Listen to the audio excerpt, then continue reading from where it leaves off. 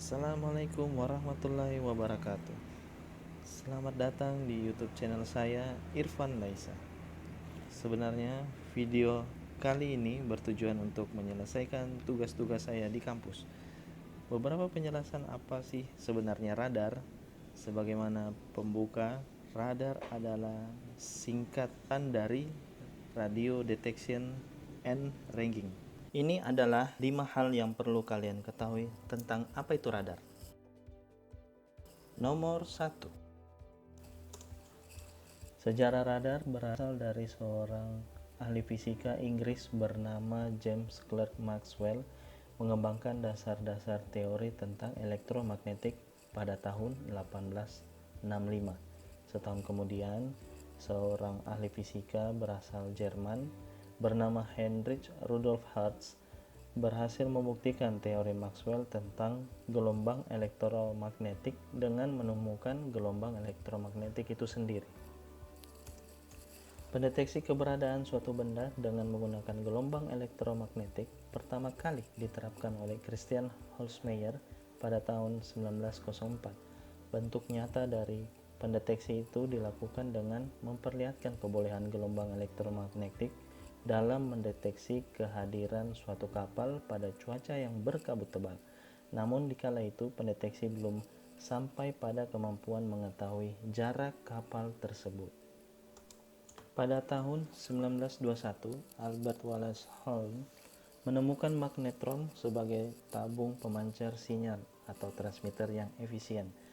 Kemudian transmitter berhasil ditempatkan pada kapal kayu dan pesawat terbang untuk pertama kalinya secara berturut-turut oleh Albert Hoyt Taylor dan Lawrence Crystal Young pada tahun 1922 dan Lawrence A. Hyland dari Laboratorium Riset Kelautan Amerika Serikat pada tahun 1930.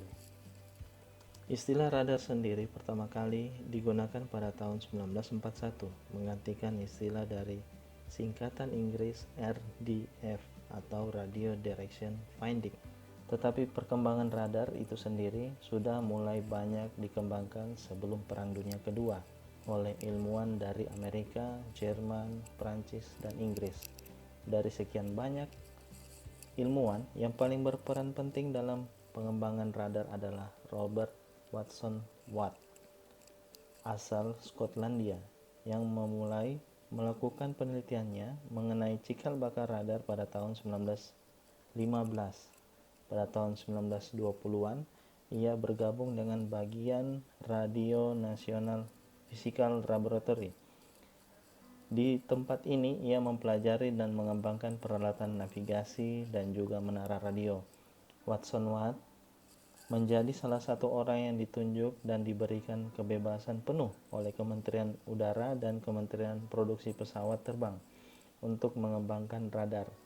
Watson Watt kemudian menciptakan radar yang dapat mendeteksi pesawat terbang yang sedang mendekat dari jarak 40 mil atau sekitar 64 km. Pada awalnya radar memiliki kekurangan, yakni gelombang elektromagnetik yang dipancarkannya terpancar di dalam gelombang yang tidak terputus-putus. Hal ini menyebabkan radar mampu mendeteksi kehadiran suatu benda tetapi tidak pada lokasi yang tepat. Terobosan pun akhirnya terjadi pada tahun 1936 dengan pengembangan radar berdenyut. Sinyal diputus secara berirama sehingga memungkinkan untuk mengukur antara gema untuk mengetahui kecepatan arah yang tepat mengenai target. Sementara itu, terobosan yang paling signifikan terjadi pada tahun 1939 dengan ditemukannya pemancar gelombang mikro berkekuatan tinggi. Keunggulan dari pemancar ini adalah ketepatannya dalam mendeteksi keberadaan sasaran. Tidak peduli dalam keadaan cuaca apapun, keunggulan lainnya adalah bahwa gelombang ini dapat ditangkap menggunakan antena yang lebih kecil, sehingga radar dapat dipasang di pesawat terbang dan benda-benda lainnya. Nomor 2 dan nomor 3. Prinsip kerja radar. Konsep radar adalah mengukur jarak dari sensor ke target.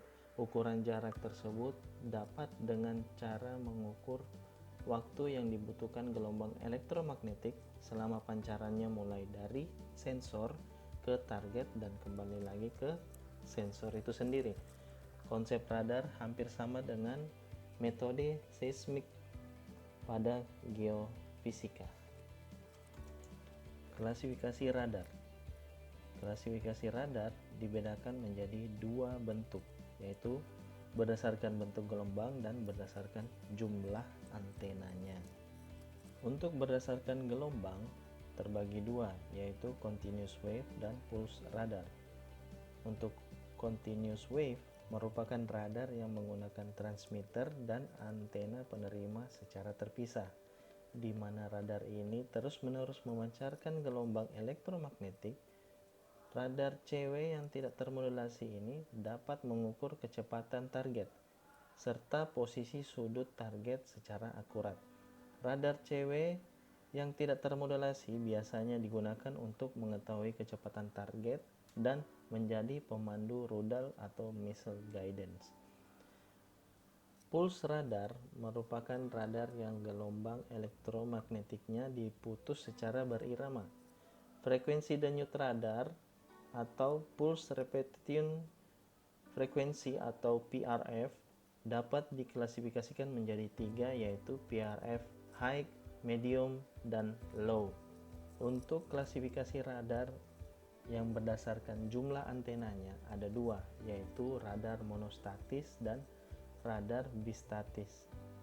Untuk monostatik adalah jenis radar yang hanya memiliki sebuah antena yang digunakan untuk memancarkan maupun menerima sinyal. Radar ini memiliki suatu bagian disebut duplexer untuk memisahkan antara penerima dan pemancar. Radar monostatik biasanya menggunakan continuous wave. Untuk desain radar continuous wave digunakan suatu alat yang disebut sirkulator untuk memisahkan antara gelombang yang dipancarkan dan diterima. Radar jenis ini mendominasi jenis-jenis radar yang ada saat ini. Sedangkan radar bistatis merupakan suatu jenis radar yang komponennya terdiri dari pemancar dan satu atau lebih penerima sinyal, di mana kedua komponen tersebut terpisah dan kedua komponen itu dipisahkan oleh suatu jarak yang dapat dibandingkan dengan jarak target atau objek. Objek dapat dideteksi berdasarkan sinyal yang dipantulkan oleh objek tersebut ke pusat antena. Berdasarkan pemancarannya, radar bi atau multistatik ini dapat dibagi lebih lanjut menjadi dua macam, yaitu satu, radar bistatik kooperatif, yaitu radar bistatik yang pemancarnya sudah terintegrasi dengan unit radarnya. Contoh radar ini cukup banyak, diantaranya adalah radar OTH atau over the horizon seperti Jindale dan radar Struna 1MU buatan Rusia. 2. Radar bistatik non-kooperatif, yaitu radar bistatik yang pemancarnya tidak terintegrasi dengan unit radarnya. Misalnya adalah Silent Sentry buatan Lockheed Martin yang memanfaatkan pemancar seperti stasiun televisi atau radio. Nomor 4 dan 5. Radar altimeter. Radar altimeter merupakan sebuah alat ukur ketinggian di atas medan saat ini di bawah pesawat atau pesawat ruang angkasa. Altimeter memberikan jarak antara antena dengan tanah langsung di bawahnya. Namun berbeda dengan altimeter barometrik yang menyediakan jarak di atas datum yang ditetapkan.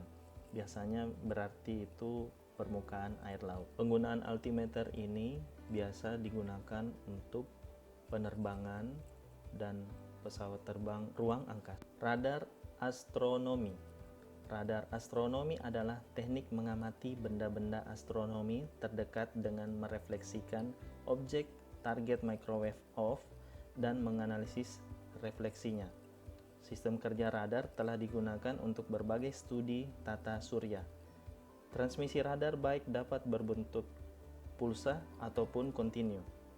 Radar ini adalah teknik yang kuat untuk mempelajari ukuran asteroid, bentuk, rotasi, fitur permukaan, dan untuk meningkatkan perhitungan orbit asteroid.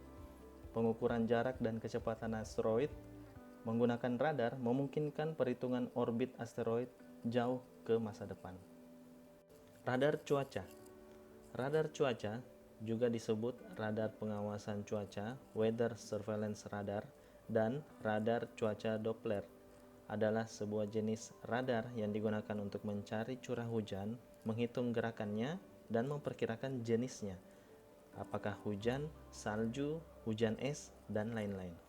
Radar cuaca modern sebagian besar merupakan radar pulse Doppler, mampu mendeteksi gerakan tetesan hujan di samping intensitas curah hujannya, juga jenis data yang dapat dianalisis untuk menentukan struktur badai dan potensi mereka yang menyebabkan cuaca buruk. Radar pelayaran. Dalam bidang pelayaran, radar digunakan untuk mengatur jalur perjalanan kapal agar setiap kapal dapat berjalan dan berlalu lalang di jalurnya masing-masing dan tidak saling bertabrakan meskipun dalam cuaca yang buruk seperti cuaca berkabut. Dalam bidang penerbangan, penggunaan radar terlihat jelas pada pemakaian Air Traffic Control atau ATC. Air Traffic Control merupakan suatu kendali dalam pengaturan lalu lintas udara yang tugasnya adalah untuk mengatur lalu lalang serta kelancaran lalu lintas udara bagi setiap pesawat terbang yang akan lepas landas, take off, terbang di udara, maupun yang akan mendarat atau landing. ATC juga berfungsi untuk memberikan layanan bantuan informasi bagi pilot tentang cuaca, situasi, dan kondisi bandara yang akan dituju. Namun, dalam penggunaan radar penerbangan, biasanya pihak militer ikut andil dalam menjaga keamanan ruang udara di Indonesia. Airborne Early Warning AEW merupakan sebuah sistem radar yang berfungsi untuk mendeteksi posisi keberadaan pesawat terbang lain atau dengan istilah pesawat yang tanpa izin memasuki ruang wilayah udara Indonesia.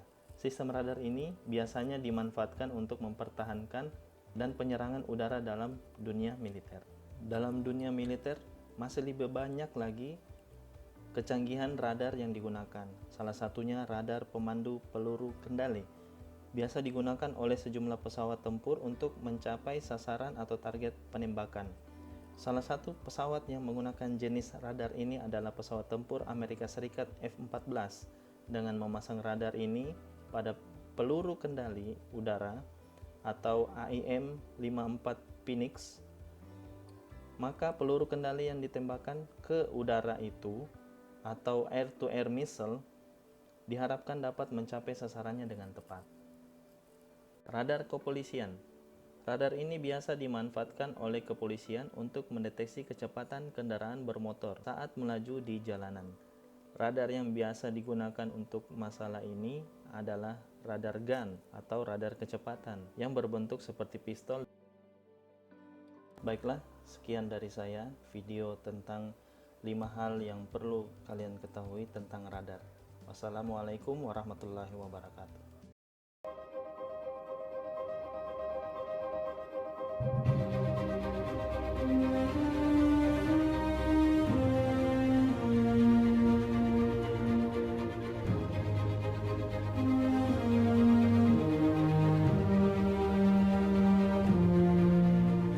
Sebuah negeri kepulauan yang elok dengan keberagaman suku dan budaya. Indonesia, negeri dengan pemandangan memukau dan menakjubkan hingga mampu mendatangkan jutaan wisatawan setiap tahunnya. Transportasi udara menjadi salah satu faktor terpenting dalam mendukung pertumbuhan ekonomi negeri ini. Indahnya langit biru yang membentang luas seolah terlihat kosong. ribuan pesawat melintas di langit kita setiap harinya.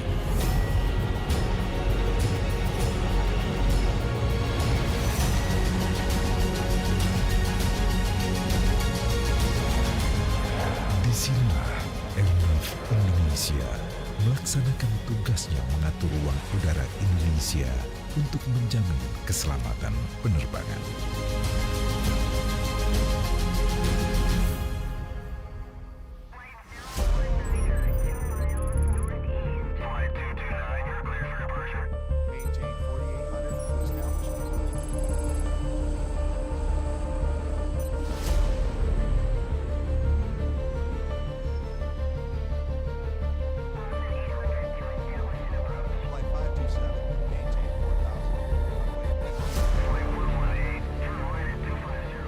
Airnav Indonesia atau Perum LPP-NPI, perusahaan umum lembaga penyelenggara pelayanan navigasi penerbangan Indonesia, mulai aktif beroperasi sejak 16 Januari 2013.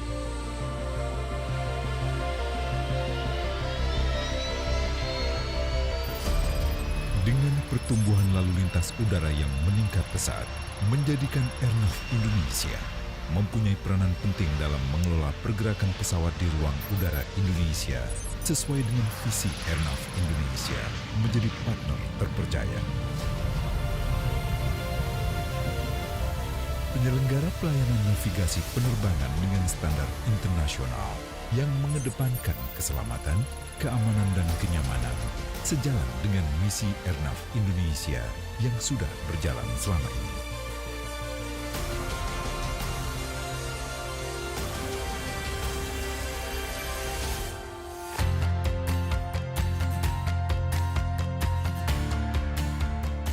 Layanan utama Airnav Indonesia meliputi pelayanan lalu lintas penerbangan, pelayanan telekomunikasi penerbangan, pelayanan informasi aeronautika, pelayanan informasi meteorologi penerbangan, dan pelayanan informasi pencarian dan pertolongan dengan prinsip cost recovery basis.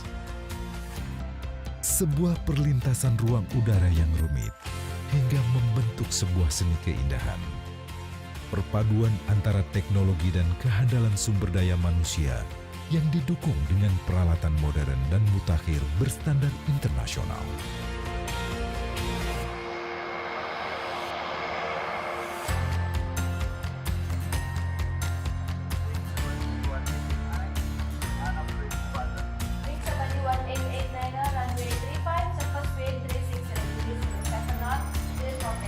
Airnav Indonesia memberikan layanan navigasi tidak hanya di bandara-bandara besar, namun juga di bandara-bandara perintis secara remote.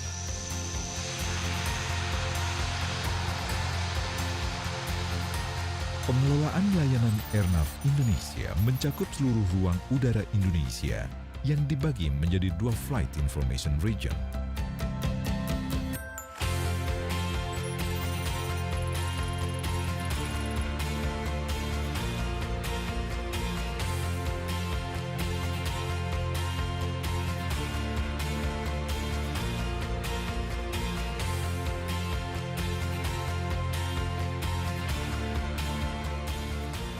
Dengan sumber daya manusia yang mumpuni, serta para pemimpin yang memotivasi dan menginspirasi, Airnav Indonesia juga berpegang teguh pada nilai-nilai iSafe, yaitu integrity, solidity, accountability, focus on safety, excellent service. Kami terus bekerja keras untuk menjaga lalu lintas udara agar berjalan lancar dan tepat waktu, namun tetap menjadikan keselamatan sebagai prioritas.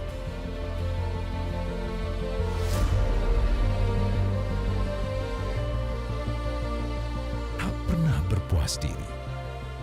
Kinerja dan mutu layanan akan terus ditingkatkan. Airnav Indonesia dengan peralatan dan SDM terbaik siap menjalankan tugasnya sebagai pelindung ruang udara Indonesia serta menjadi pengatur lalu lintas udara berstandar kelas dunia.